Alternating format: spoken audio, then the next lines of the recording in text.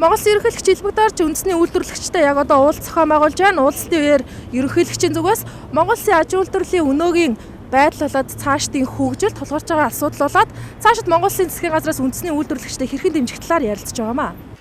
Тэгээд энэ засгийн газрын хувьд сая манай их хурлын хувьд нэг тийм амжилттай шийдвэр гаргасан аж үйлдвэрийн яам гэж байгуулж сайдын томилж энэ яамыг цоошин энэ яамыг бүрэлдүүлж ажилд нь оруулж ийн л да.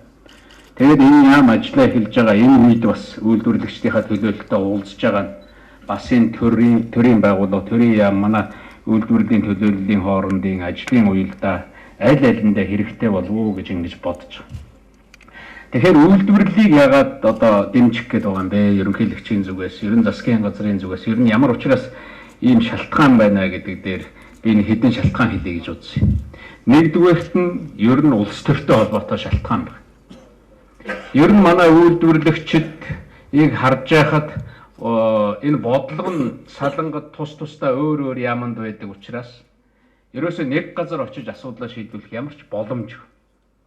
Тэгээд ингээд улс төрчдийг дагсан, ийм бодлогогүй ийм байдлыг дагсан, савлсан ийм хандлага харагдаад. Тэгээд ингээд албан тушаалтнуудын ааш аяыг дагсан, үүдийн сахисан. За тэгээд нэг тодорхой улс төрчийг биднийг ойлгох болов уу, биднийг дэмжих болов уу гэсэн тийм улсуудын хойноос гүйсэн, лоббидсан. Тэгээд тэднэр нь сонгуулиараа гараад сонгуул болохоор нөгөө хэдэн төгрөг гууж ирчээ сонгуулиараа сонгогдсныхоо маргаашаас нь мартчихдаг, нүрээ буруулцдаг, завгүй улсууд болчдаг. Хоёр дахь миний нэг бодсон зүйл бол ерөөсөө нь улсын нэр хүндтэй холбоотой байна. Та бүхэн гайхаж магадгүй үйлдвэрлэлийн асуудал яхаар улсын нэр хүндтэй холбогддог. Одоо ингээд аваад үзэхээр Монголд юу хийж гэнэ? Үсний авчаараа хийж гэнэ үү?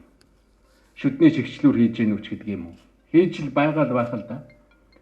Социализмын үед бид нар хадаасаа ч хийж чадахгүй байна гэж ингэж л бие бинийгээ шүүмжилдэг, хоцрогдлоо ингэж жишээлж ярьдаг байсан шүү дээ. Энэ өнөөдөр үргэлжилсэн ийм л хэлбэртэй байгаа.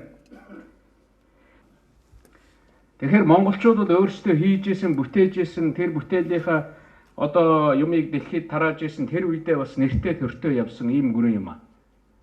Тэгэхээр ер нь юм хийн гэдэг бол улс орны нэр хүндэд маш их чухал ийм зүйл байна.